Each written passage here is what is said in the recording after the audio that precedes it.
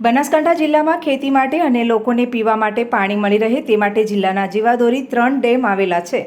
Sipu dam, Mukteshwar dam અને Dantiwada dam. આ 3 dam દ્વારા કેનાલો મારફતે પાણી આપવામાં આવે છે.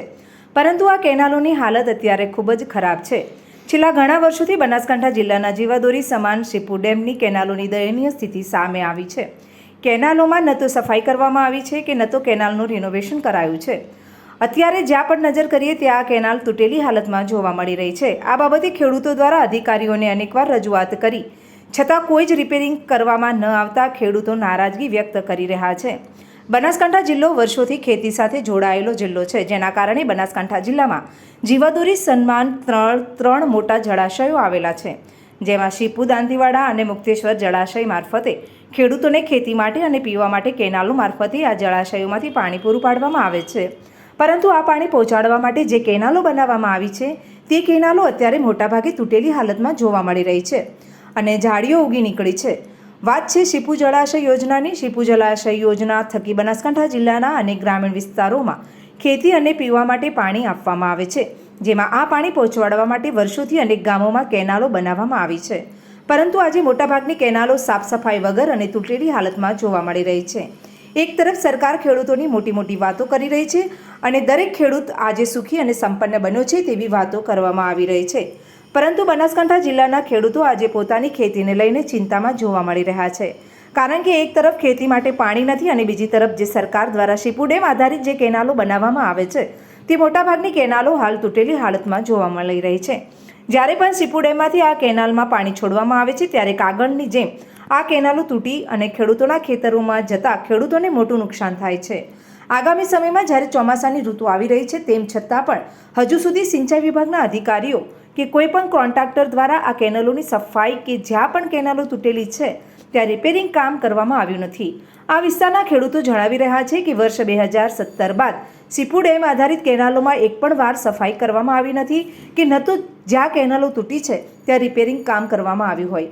તાજેતરમાં જ આ સીપુ કેનાલમાં નર્મદાનું પાણી છોડવામાં આવ્યું હતું, પરંતુ કેનાલો તૂટેલી હોવાને કારણે ખેડૂતોના ખેતરમાં આ પાણી જતું રહ્યું, જેના કારણે ખેડૂતોને નુકસાની ભોગવવાનો વારો આવ્યો હતો. તો બીજી તરફ મોટાભાગની જ્યાં કેનાલો તૂટેલી છે ત્યાં ખેડૂતોએ જાતે જ પોતાના ખર્ચે રિપેરિંગ કામ અને સફાઈ કામ કરાવ્યું છે. તમે જે કેનાલોના દ્રશ્યો જોઈ રહ્યા છો તે કેનાલો સીપુ જળાશય યોજનાની કેનાલો છે, જેમાં સ્પષ્ટ દેખાઈ રહ્યું છે કે કોન્ટ્રાક્ટર દ્વારા દર વર્ષે ટેન્ડર ભરી સફાઈ અને રિનોવેશન કરવાની વાતો કરવામાં આવે છે. પરંતુ આ કેનાલોમાં વર્ષ 2017 બાદ આજ દિન સુધી કોઈ જ પ્રકારે સફાઈ કે રિપેરિંગ કામ કરવામાં આવ્યું નથી. અત્યારે જ્યાં પણ નજર કરીએ ત્યાં કેનાલો કાગળની જેમ તૂટેલી જોવા મળી રહી છે અને સાફ સફાઈ વગર બાવળ અને બોરડીના મોટા મોટા ઝાડ પણ આ કેનાલોની અંદર ઉગી નીકળ્યા છે. ચોમાસાની ઋતુમાં જો વરસાદ વધુ પડે અને આવનારા સમયમાં ઉનાળામાં જો સીપુ ડેમમાં પાણીની મોટા પ્રમાણમાં આવક થાય અને કેનાલોમાં પાણી છોડવામાં આવે તો મોટાભાગના ખેડૂતોને આ કેનાલો તૂટેલી હોવાના કારણે ખેતરોમાં નુકસાન થવાની સંભાવના જોવા મળી રહી છે. ત્યારે ખેડૂતો માંગ કરી રહ્યા છે કે આવા કોન્ટ્રાક્ટરો સામે કડક કાર્યવાહી કરવામાં આવે અને ચોમાસાની ઋતુ પહેલાં તમામ કેનાલોની સફાઈ કરીને તેનું યોગ્ય રીતે સમારકામ કરવામાં આવે. સીપુ ડેમના સિંચાઈ વિભાગના અધિકારીને સંપર્ક કરવામાં આવ્યો હતો ત્યારે અધિકારીએ જણાવ્યું હતું કે હાલમાં ડેમ ખાલી છે. જ્યારે ડેમ ભરાશે ત્યારે કેનાલમાં પાણી છોડવાનું હોય એ પહેલાં એટલે કે દિવાળી ઉપર કેનાલોની સફાઈ કરવામાં આવશે અને સીપુ ડેમની જે કેનાલો છે તે જૂની છે ત્યારે નવીન કેનાલો માટે સરકારમાં એસ્ટિમેટ ખર્ચામાં મૂકેલ છે.